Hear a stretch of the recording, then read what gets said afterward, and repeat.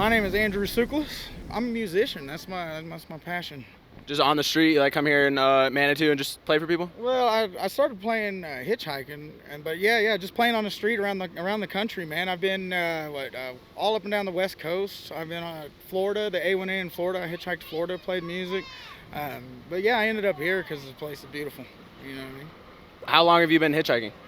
I hitchhiked for a good 3 years. Yeah, I hitchhiked around. Yeah. I think people are like scared of hitchhiking because there's like a danger to it. You know, I'm gonna get murdered by some Ted Bundy. You know, like you ever have any experience like that, or is it pretty safe? Well, my experience is not quite the same as most people's would be. I'm assuming. I'm a 6 foot tall, 200-pound male, and I usually keep myself protected. So most people, when they see me walking around, they don't really approach unless I'm playing my music. But then at the same time, it does make it hard to get rides for me because I am. They're thinking you're gonna kill them. Right. Yeah. And that's just it, right? You got to keep in mind that picking up a hitchhiker is equally as dangerous as a hitchhiker getting in your car. Right. Yeah, man. But hitchhiking's crazy, man. Seattle was nuts. The reason we left Seattle was because they started rounding up fucking homeless people, like unmarked.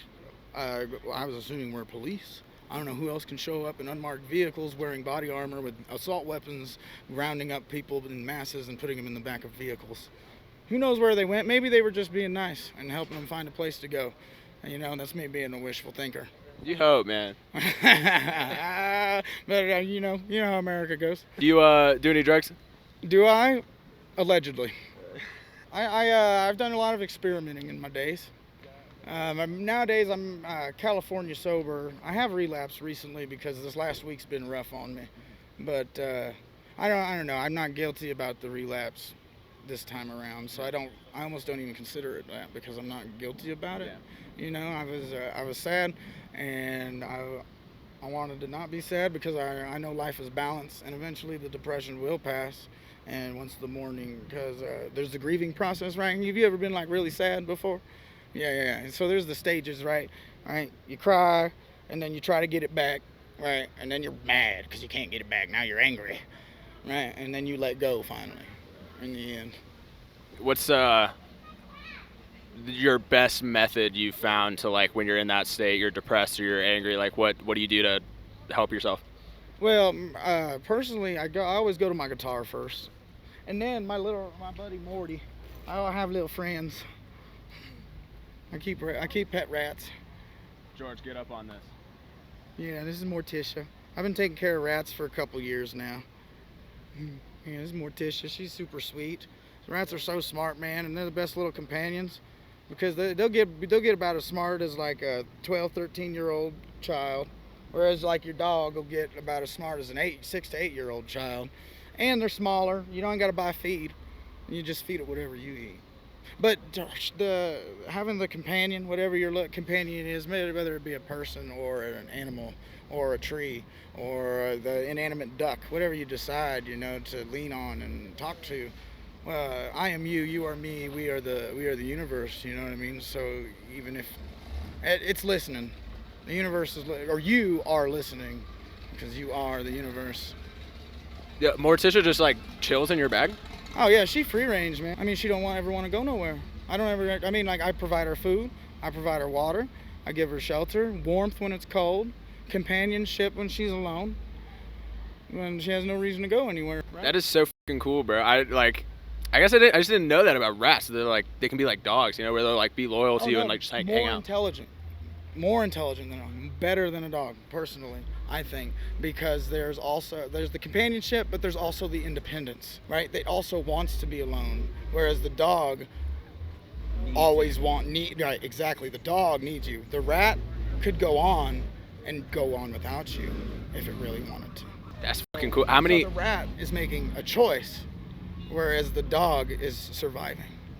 Does your rat get sad the way you do, or like, Oh yeah, the rats do. They experience emotion. Literally just yesterday, her sister, my Ricky and Morticia, Rick and Morty reference. Sorry. Ricky passed away yesterday. When you get, I save the rats from Petco, and I save them from being eaten by snakes.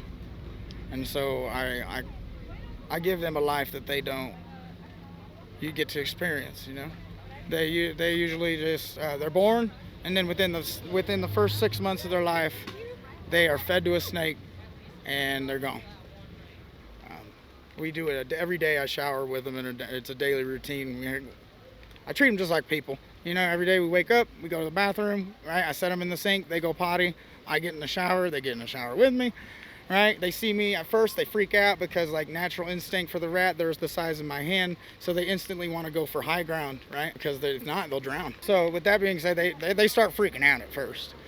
But once they realize that because I set them on the ledge, you know, most showers have that ledge, and they notice me cleaning myself, right? And then that's what they start doing. They start cleaning themselves, man. And then when they're fed up with it, they'll jump on you. When they're done, they'll let you know they're done. Like I said, they're really, really intelligent. And then I just set them in the sink, and they'll dry themselves off with their tongue. And then when I'm done drying, I fucking scoop them up in the towel, and I dry them off too, you know. So like I give them a whole different life that rats don't get to experience. And like I said, I am you, you are me, and we are the universe. So I am this rat. So when when we mass produce, inbreed the rats, we're mass produce inbreeding ourselves.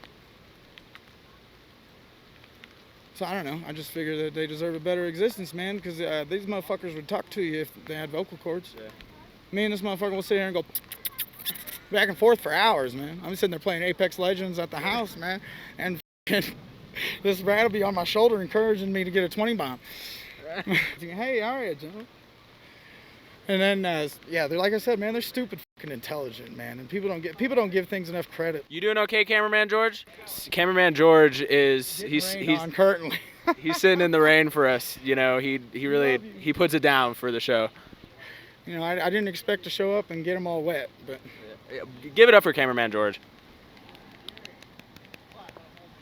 Any like lesson you've ever wanted to maybe teach a young person that's watching?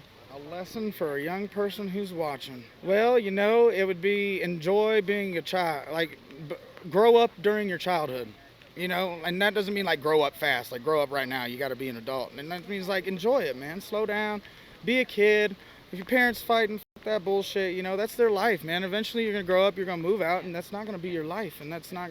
And if you weigh on it and you overthink about it, it'll weigh on your soul and it'll affect your adult life.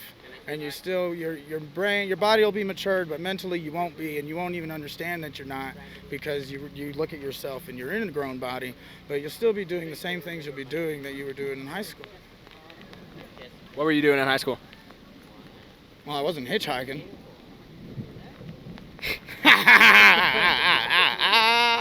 I grew up in Indiana, a small town, Linton, Indiana. School didn't really like me, man. I was the darkest person around. So oddly enough, me being pretty much a white man, I was all the racial slurs that I'm not going to say here to ruin the podcast. So as they all go through y'all's heads, right? Look at me and see how it don't make sense. But it's called systematic racism. Their parents now, were born into a racist white family because Indiana was the south of the north. Generation born racism. Generation born racism. Okay, they might know. But that next generation, right, that fourth generation down, they're not going to know they're racist, right? At that point, it is lifestyle for them, and they don't even realize it's wrong. And why I bring that up is because I didn't realize how racist I was until I moved to Florida when I was 15, and I was actually around people of different diversities, whether it be gay or different races, and I'm walking around talking like I'm from Indiana still. What kind of Well, it's things like I would say things like colored folk and not realize it was wrong, right? Or I would say like minorities, or like different things that I did not realize. I was just ignorant at the time, right? I was a kid that was born into a racist society that doesn't know they're racist. What do you think about the system? What do you think about our government right now? How things are getting run? You look like if I had to guess, you look like a anti-establishment kind of guy. Well, I'm not really anti-establishment because someone has to be in charge, you know. Because I don't want to be in charge. I don't want to have to be like, hey man, we need toilet paper, man. Will you please make some toilet paper so we can wipe our ass when we're done shitting? If you were put in charge for just a day, and they were like, you can make a change. Like, is there something that a law you would pass or something you would change about the country in a day? Yeah, that we could just go out and kill pedophiles and rapists and things like that. Yeah, that would be my law change. It would be okay to go out and release your stress and anger on those people. I agree. Yeah. Tell me about your tattoos. Any story behind those? Most of them represent a different family member. All kinds of work here. That one represents my grandma on my dad's side. I called her my Mimi. She loved morning glories, so I got morning glories, and I'm all about balance, right? So I got the morning glories bloom in the morning, and then the moonflower blooms at night. So I got and they're of the same genus. So I thought that was cool, so I got them there, balance. Bluebell flowers are my favorite flowers, so I got those for me. The right here, the pink orchid, is for my grandmother on my mom's side, Paula Schaefer, my grandma. I'm sending her good energy. We've had a rough time lately. All the yellow daisies represent my dad. I don't know if he was serious about it or not, but when I asked him, he said yellow daisies was his favorite flower. So there you go, Pete. I got a tiger lily for my mama, Miss Brandy Suklis, Brandy Lickshell. So we got Muckbuckle, the gnome. He's just for fun. Look how cool he looks, right? He looks pretty fucking cool, I think. He's getting stoned, but that's how all the creatures got made, was from his smoke there. And then we got Franklin the turtle. He plays. So I got every instrument I play except for harmonicas so far on my hands. I got guitar, banjo, and mandolin. Then the emperor moth here represents courage. We saw you the first time we came out here. Oh, yeah, oh, no way. Yeah, I remember y'all now. Yes, I knew y'all looked familiar, man. I was like, man, who are these boys right now setting up this table? I swear I've seen them do this before. I'm glad I could participate, and I wish you guys the best of luck, and I hope you guys do progress and become very prosperous in your endeavors. I appreciate it, bro, and hopefully we'll see you back out here. Maybe you can play something for us, but yeah man. I guess keep an eye out for part 2.